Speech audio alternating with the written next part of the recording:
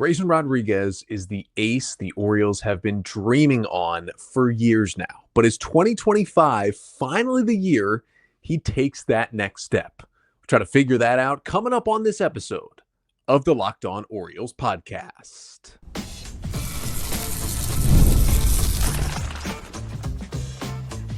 You are Locked On Orioles, your daily Baltimore Orioles podcast.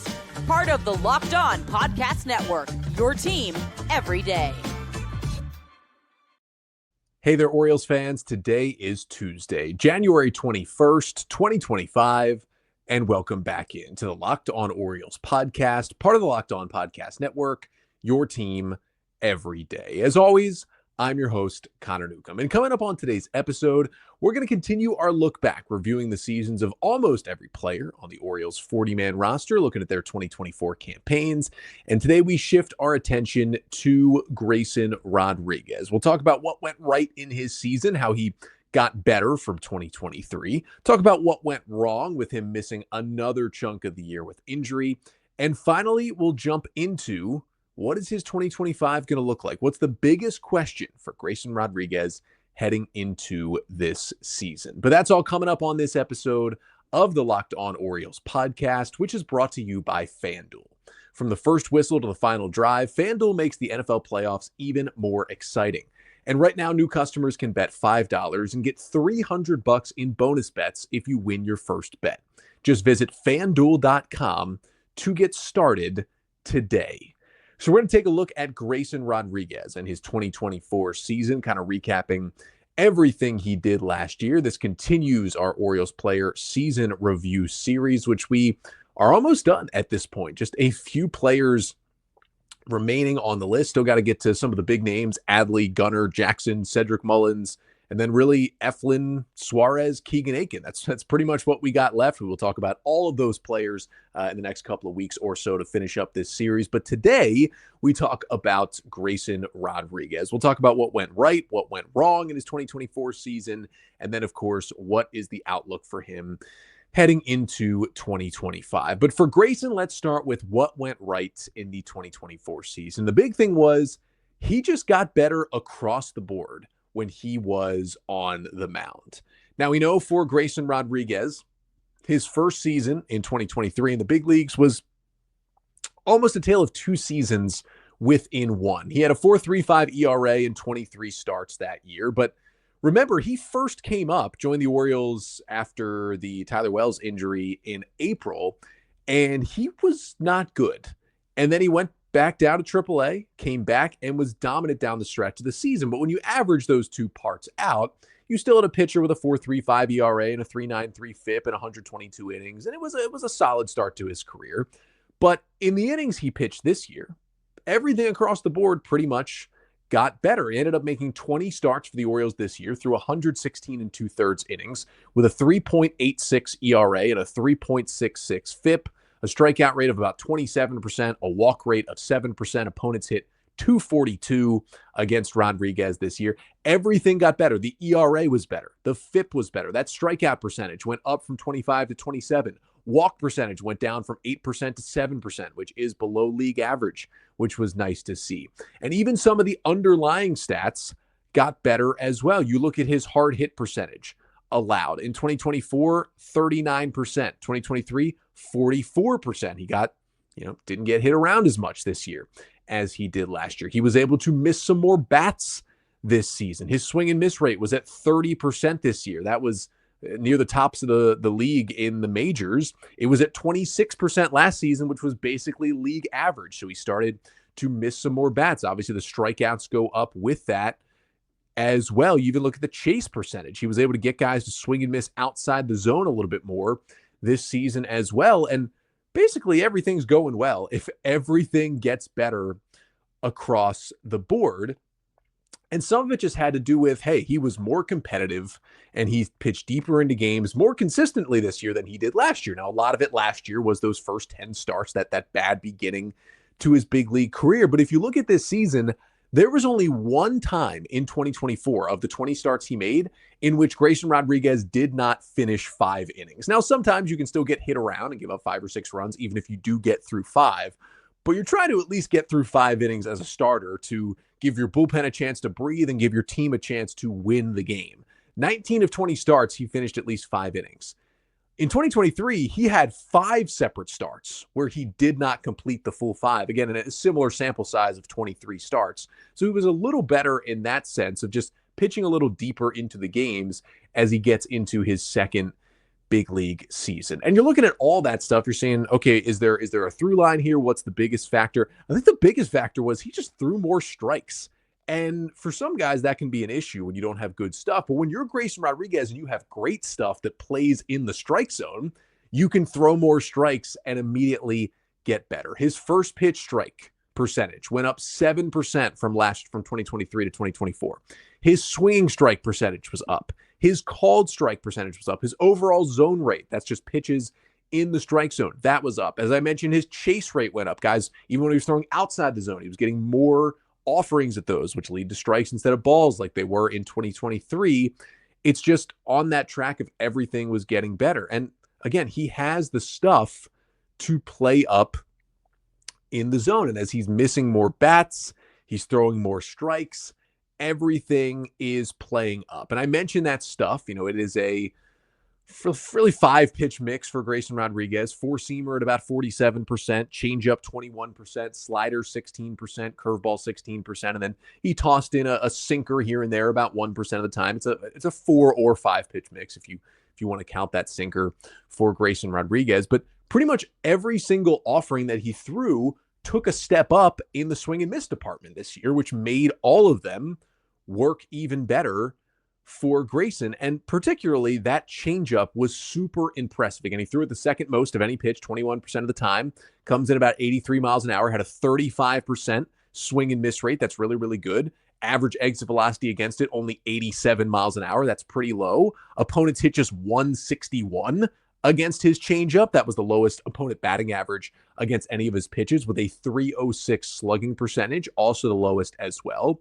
And a StatCast run value of +8. That tied him for the 10th best changeup in all of Major League Baseball in 2024. He was really good. That was a dominant pitch. And what I think is really interesting about Grayson's changeup, and I'm not sure if this has to do with his extension down the mound, which he's still elite at. I mean, he gets 7.3 feet down the mound. That is the 97th percentile in baseball in extension. It's something he's always been elite at, getting further down the mound when he delivers. And remember, the better extension a pitcher gets, that means the closer he is to the hitter when he releases the ball. And the closer you are to the hitter when you release the ball, the harder it is for that batter to make contact because you have even less time to react. And Grayson gets some of the best extension down the mound of any pitcher. So I'm not sure if it's that, if it's arm angle, if it's movement profile, if it's whatever. But that changeup is just so good. But it's not just against lefties. Most righties who throw a good changeup use that pitch and have it allow them to neutralize left-handers, because generally, if you play the splits, a righty's going to be better against righties pitching-wise, and a lefty's going to be better against lefties. And Grayson does use that changeup to get better against lefties. Don't get me wrong. Lefties hit 205 against Rodriguez this year. Righties hit 279. His best weapon is a pitch that neutralizes lefties, and because of that, he's just better against opposite-handed hitters. And that really helps Rodriguez in the ballpark the Orioles play in. Even with the left field wall coming back in some this year, it is way easier for lefties to hit for power than it is for righties to hit for power in this ballpark. But lefties slugged 341 and righties slugged 467 against Rodriguez this year. So he can neutralize those opposite-handed hitters really more than any other righty on this roster, and better than most righties in Major League Baseball. And it's because of that changeup. However, here's what I think separates Rodriguez. For a lot of pitchers who can do that, the changeup is their weapon against lefties, but they really don't use it a lot against right-handers. They have other offerings against righties. For Grayson, his numbers are almost as good against righties with that changeup as they are against lefties. If you look at the breakdown with how he uses the pitch against left-handers, he throws his changeup 27% of the time. It gets a 32% swing and miss rate, and opponents hit 165. Against right-handers, he throws it 15% of the time. His slider is his main strikeout pitch against righties, but he still uses the changeup. and has a 41% swing and miss percentage, and opponents hit just 154. Those are righties. So actually, it is a smaller sample size. He's been a little better against righties with the pitch, and that's while being dominant against lefties with it. And that is what I think takes his changeup to being, hey, he's got a good changeup versus he's got one of the best changeups in Major League Baseball. That was always his money pitch coming up through the minor leagues, and it has remained that way in the majors because you're going to see more righties than you do lefties. It's just how it works out in the major leagues. And to have that weapon against both sides of the plate is really, really special stuff. And now Stuff Plus, the metric by Eno Saris on Fangraphs, it, is always talked about how it doesn't do a great job with changeups, but Grayson Rodriguez does have a 140 Stuff Plus on his changeup. That is the best changeup in baseball via Stuff Plus among pitchers who threw at least 100 innings. So basically among starting pitchers in 2024, Grayson had the best changeup by Stuff Plus, and it shows out with what it does results-wise on the field as well.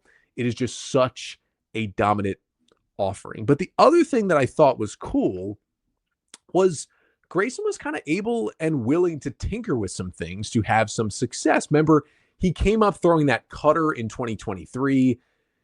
It just got annihilated. Opponents slugged .889 against that cutter last year. So he dropped it. He dropped the cutter. He also was throwing a sweeper. He was throwing a regular slider. He was throwing a cutter.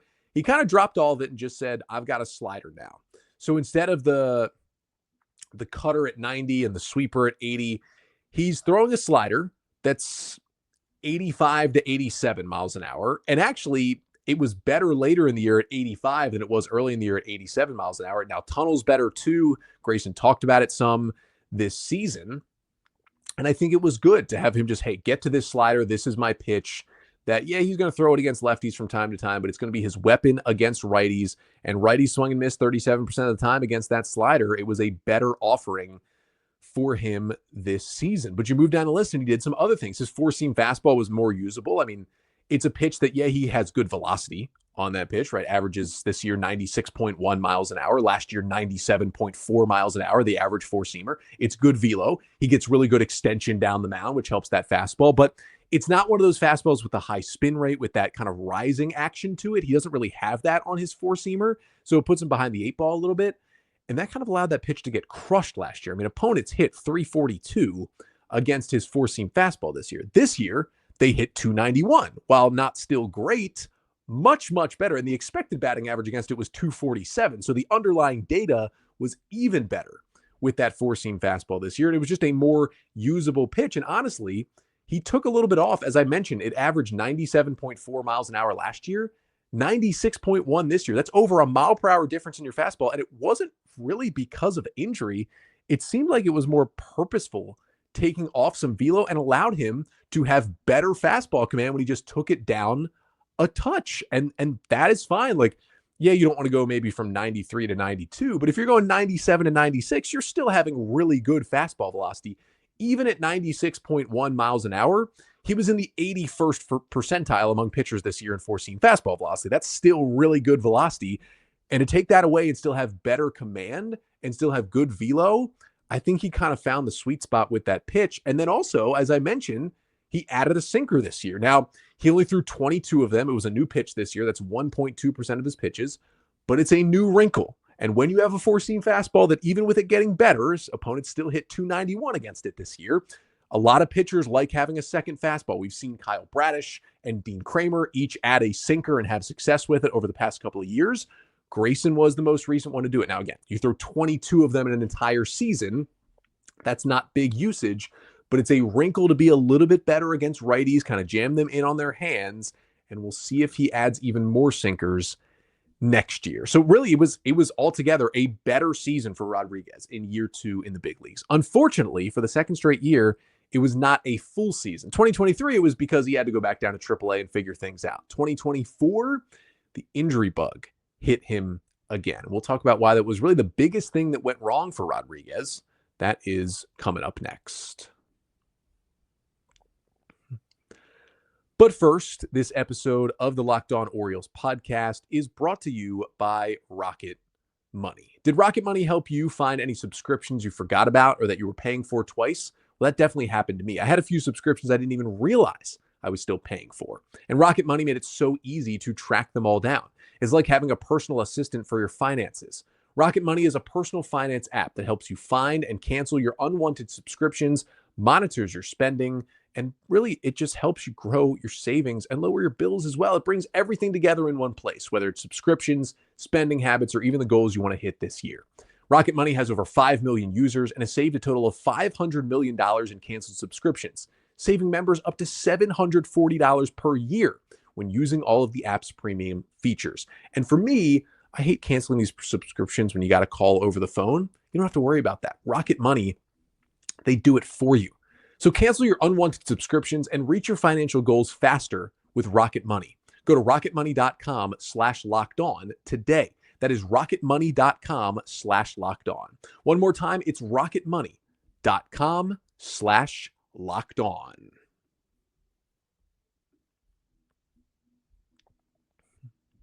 So we move from what went right to what went wrong for Grayson Rodriguez in 2024. And really what went wrong, the first thing is he never really found that level he showed late in 2023. I mentioned in that 2023 season how the first 10 starts, remember, he had some good ones, he had some really bad ones. He had a 7.35 ERA in his first big league's 10 starts in 2023. The Orioles sent him back down to AAA to work on some things, to get rid of the cutter. He came back and he was phenomenal. A 2.58 ERA in his final 13 starts down the stretch of the 2023 season earned him a start in Game 2 of the wild card or of the ALDS that year. He was just so good down the stretch, and he never found that level again in 2024. Now I mentioned if you take the whole season, pretty much everything got better for Rodriguez in 2024 from 23. But if you just take out those 13 starts at the end of the year and compare it to the 20 starts he made this year before he got injured, really the only thing that improved was the strikeout rate. Everything else was actually a little worse this year from the 13 starts at the end of last year. So it really all depends on how you want to look at his season. Do you look at his first 10 starts as part of his full 2023, or do you take those out and say he was so dominant down the stretch and then he didn't really reach that ability again last season?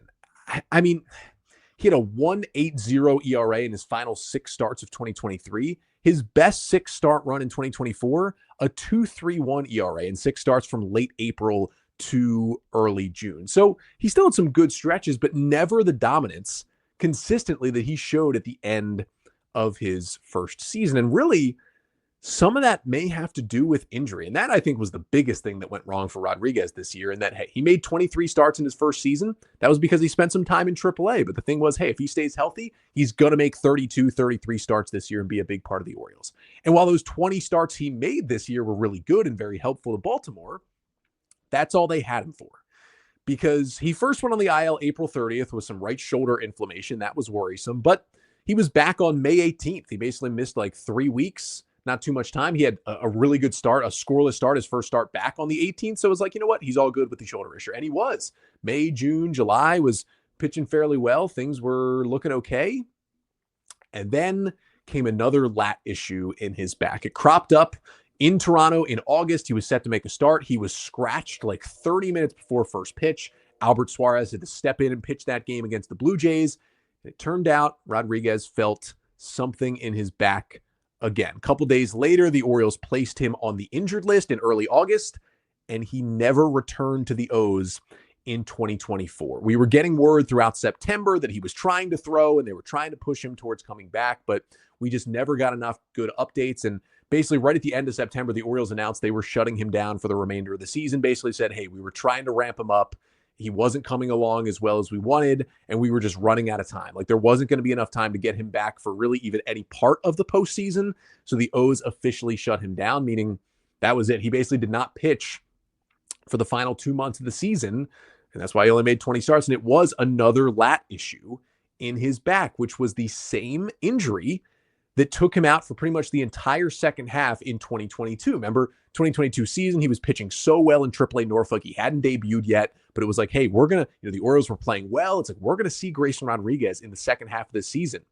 And then he comes down with that lat injury mid-year, and he misses the entire second half and never gets that chance to debut. He came back for rehab starts in like Aberdeen and Bowie right at the end of September, but the Orioles were out of the playoff race. It wasn't enough to get him to his debut, and that didn't happen until the next year. Well, Rodriguez did say that while it was a similar injury, he said this one was less severe than the one in 2022. And in terms of the timetable the Orioles gave, that did seem like the case. Even though he did miss the rest of the season, it felt like if the Orioles had played games in November, like Rodriguez could have returned. So that tells me that, hey, he should be good, fully healthy, ready to go for spring training when pitchers and catchers report in less than a month. But it's still concerning that it happened again. And even if he's fine for opening day, it's still concerning that this injury has happened twice in 3 years. So you hope it doesn't happen again. You hope maybe there's a little bit different stretching or training regimen or whatever, that he addresses it this offseason to make sure it doesn't happen in 2025. But 2 of the same injuries in 3 years that causes him to miss 2+ months, that is always going to be in the back of your mind. Now, it's nice that even though he did have the little tiny shoulder issue that didn't seem to be a huge deal early this year, it hasn't really been the arm issues that have kept him out. It's been a back issue, which is, I think, better moving forward for a pitcher. It is still something that you worry about. And with as important as he is to this Orioles rotation, it was tough to have him miss basically 12, 13 starts with those injuries last season. And now you move forward and you think he could still be the ace, but can he stay healthy to be able to do that? We'll talk about that. The biggest storylines for Rodriguez in 2025, that's coming up next to finish off the show.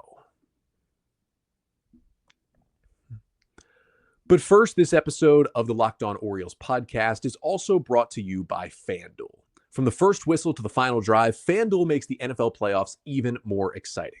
And right now, new customers can bet $5 and get $300 in bonus bets if you win your first bet. That's $300 to keep the action going.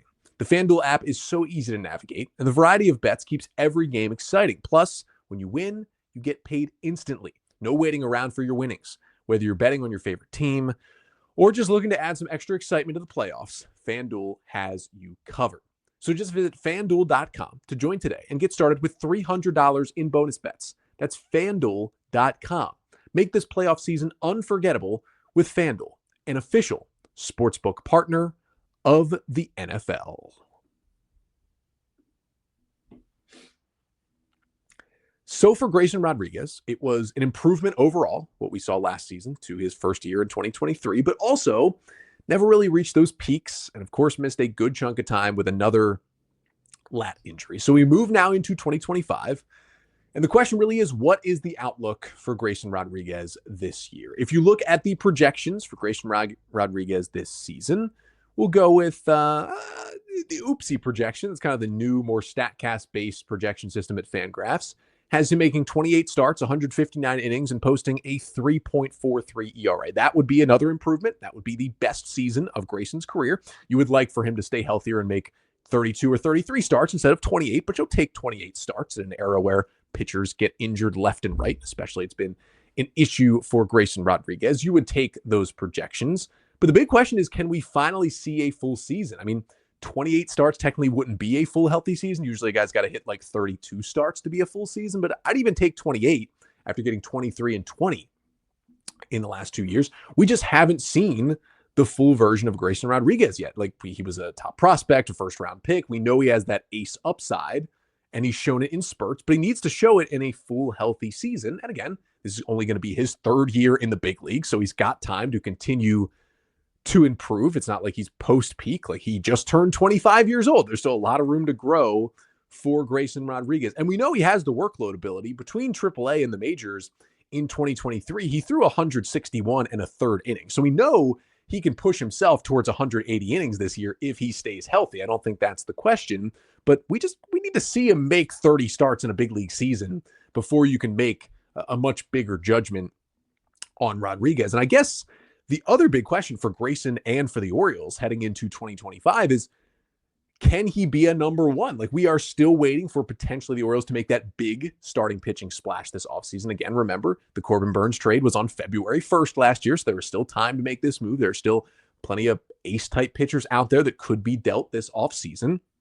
But the Orioles have added to the back part of the rotation with Charlie Morton and Tomoyuki Sugano, but they haven't made the ace splash. They lost Corbin Burnes to the Diamondbacks. And right now, I mean, Grayson Rodriguez could start opening day for the Orioles. It's between Grayson Rodriguez and Zach Eflin. I would probably lean giving the ball to Eflin right now, but would not hate it at all if Grayson got the ball on opening day. The question will be, can he earn that role moving forward in the season? Because obviously if the O's make a trade for an ace-type guy in the offseason, that guy will start opening day. If not, Eflin and Rodriguez going to be 1 and 2. Eflin, we have a lot more data on, but Rodriguez clearly has the higher ceiling than Zach Eflin and could easily take over as that true number one for the Orioles this season if they don't acquire an outside arm. That's going to be the big question. Like, can Grayson Rodriguez be a number one? Yes. Can he get so much better this year that he pitches like a number one? I think he can. It is in there, in that right arm for Grayson Rodriguez. Like, he's got all the tools to do it. It's a good pitch mix. He's got the good underlying data. He's got a 96 mile per hour fastball. He's really elite at holding runners. He's got an elite off-speed pitch with his changeup. He's got two other good offerings with the slider and the curveball. He's been willing to tinker by adding that sinker and looking at his deficiencies and trying to get them better. I mean, you look right here, if you're watching on the Locked On Orioles YouTube page, make sure to like, comment, and subscribe. But here are Stuff Plus rankings for starting pitchers in 2024. These are pitchers who threw at least 100 innings last year. By Stuff Plus, Grayson Rodriguez is 9th. So there's a lot more that goes into a pitcher than just his pure stuff. But you've got Nick Pivetta, Jared Jones, Hunter Green, Blake Snell, Carlos Rodon, Logan Gilbert, Dylan Cease, Corbin Burns, Grayson Rodriguez, and Tyler Glasnow. That is your top 10 from 2024. Like, these are some of the best pitchers in baseball. And Grayson Rodriguez with a 119 Stuff Plus right there with Corbin Burns, who we all wanted back here, obviously, had a 120 Stuff Plus as the Orioles ace. Like, if Grayson can stay healthy and go out there and execute, he's right there with what Corbin Burns could do. That is the ceiling that Rodriguez has. There's a possibility that the Orioles don't bring in that ace-type guy this offseason, and Rodriguez has this ascendant, healthy 30-plus start, 180-plus inning season where he posts an ERA around 3, high strikeout rates, low walk rates, and looks like a true number one moving forward in this Orioles rotation. Is what they've hoped for since they drafted him in the first round out of high school back in 2018. Since Mike Elias and his team have moved him through the minor league ranks, since they've worked on things in his 2 years in the majors, that's what they've been hoping for, and it is a possibility.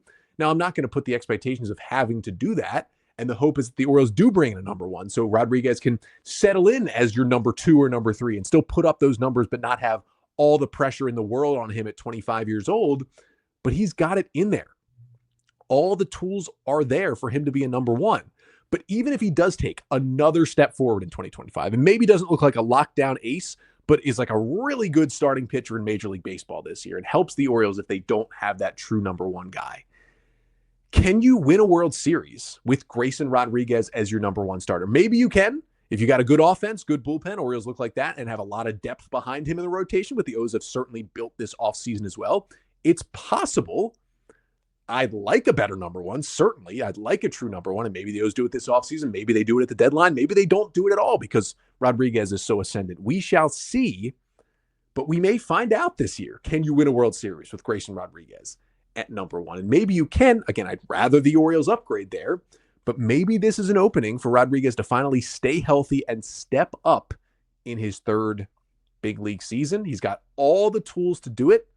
And I think if he's tasked with it, I think he can meet that task this year in 2025. But let me know here in the comments on the Locked On Orioles YouTube channel, what are your expectations for 2025? And if Rodriguez does get the ball on opening day, will he also get the ball in game one of a playoff series? I want to hear your thoughts here in the comments section. But that'll do it for today's episode. We've got one more pod coming up later this week. We'll be back on Thursday to recap any other Orioles news and notes we may get. It seems like a Santander signing is getting closer with maybe another team. We'll talk about that if it comes up. But if not, we'll get you caught up on all your Orioles news. We're back here on Thursday. But until then, I am Connor Newcomb, and I did just want to mention, I believe today or yesterday, I hit 5 years as the host of Locked On Orioles. So 5 years has flown by, over 1,100 episodes. Thank you everyone who has tuned in for some of that time, all that time, whatever it may be. 5 years is a long time to be hosting this podcast, but love doing it, love continuing to do it, and love all of your support. You all out there completely make it possible to keep this thing going. So hopefully here is to another 5 years here at the Locked On Orioles podcast. But again, we're back on Thursday. Until then, I'm Connor Newcomb, and this has been the Locked On Orioles podcast, part of the Locked On Podcast Network. Your team every day.